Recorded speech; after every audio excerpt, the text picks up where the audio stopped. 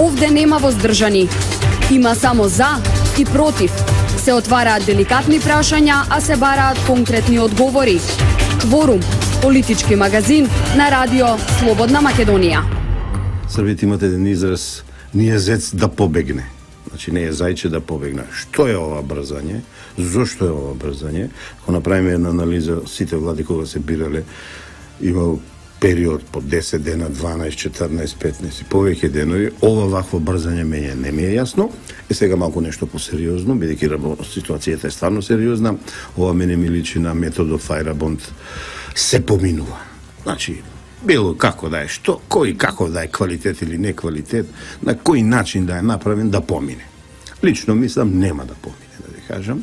Може би во среда тие ќе изгласаат, али многу брзо ќе се види дека ова работа не може да помине од причина што е сега ова одење во иднината, враќање во иднината или враќање од 2001 година, па погледнете ги кадрите. Значи, кадрите се луѓето од 2001 година. Прилично реакции за предлозите од ДУИ. Како не? Ма не, сега ќе видите ќе има реакции од СДСМ, а и веќе има реакции од СДСМ, она што вчера успеав нешто да видам на социјални мрежи. Видете, сите ни велеа и меѓународната дека ова ќе биде реформска влада.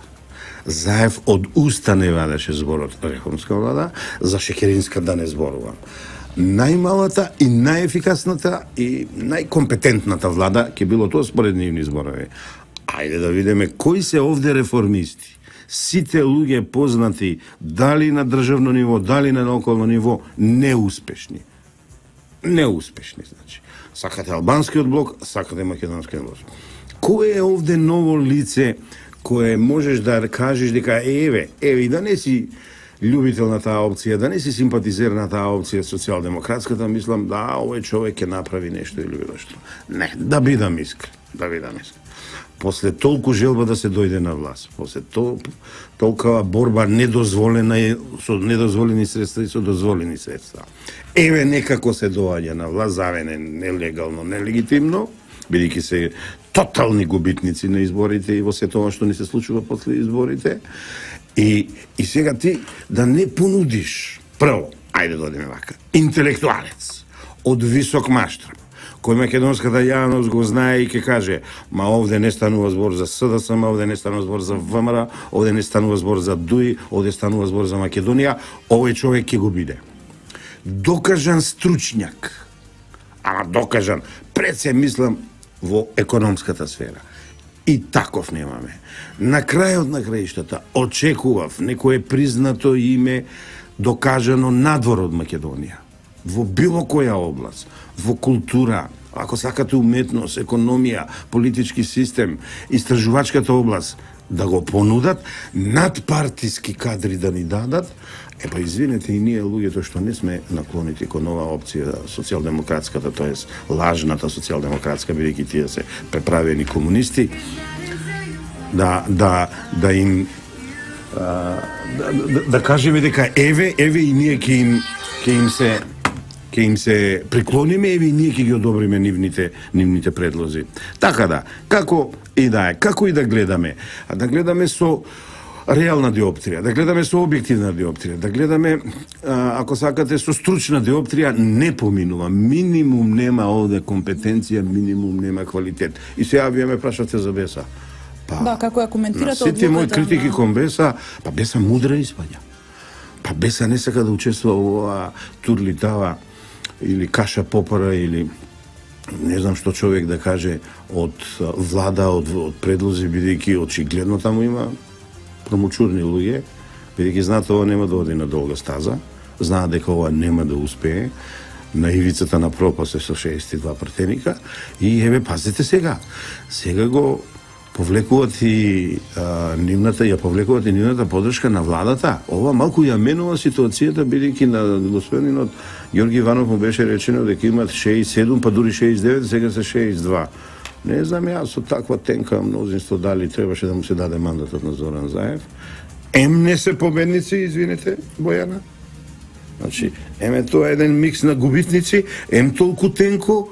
И како тоа? Која е перспективата на Македонија? Која е сигурноста на нас македонците за безбедносниот систем, за безбедноста едноставно за атмосферата да се работи, да се живее. Тие вака ќе донесат живот во Македонија, ајде ви се молам. И не знам сега малку, може и треба психолошки да ги гледаме работиве. Ако гледавте изразот на Заев на Конгресот и ако гледавте колку столчиња му се празни на Конгресот, ја мислам таму нешто не чини. Тој вака ни кажува, ама добро, сега веќе и мене ми е досадно да му давам квалификативи, можеби неферски од моја страна, ама вака. Ние 10 дена разговараме за работите битни за луѓето, за граѓаните, за подобар живот, ами ништо не договорија. Му избегаа, значи уше дуи да му избегаше, значи тој ќе имаше комплетно неуспешни разговори, а ви тврдам дека тие имаа неуспешни разговори од причина што се гледа дека и со дуи не му се успешни разговорите, според тоа стариот лист, али кој кадри му ги подметнал на Заев. Само што се плашам па дека таков начин на однесување на Дуи и на Али Ахмети па ќе му се врати бумеранг. Кој ќе ќари овде без, а ја би не би сакал нешто без да ќари.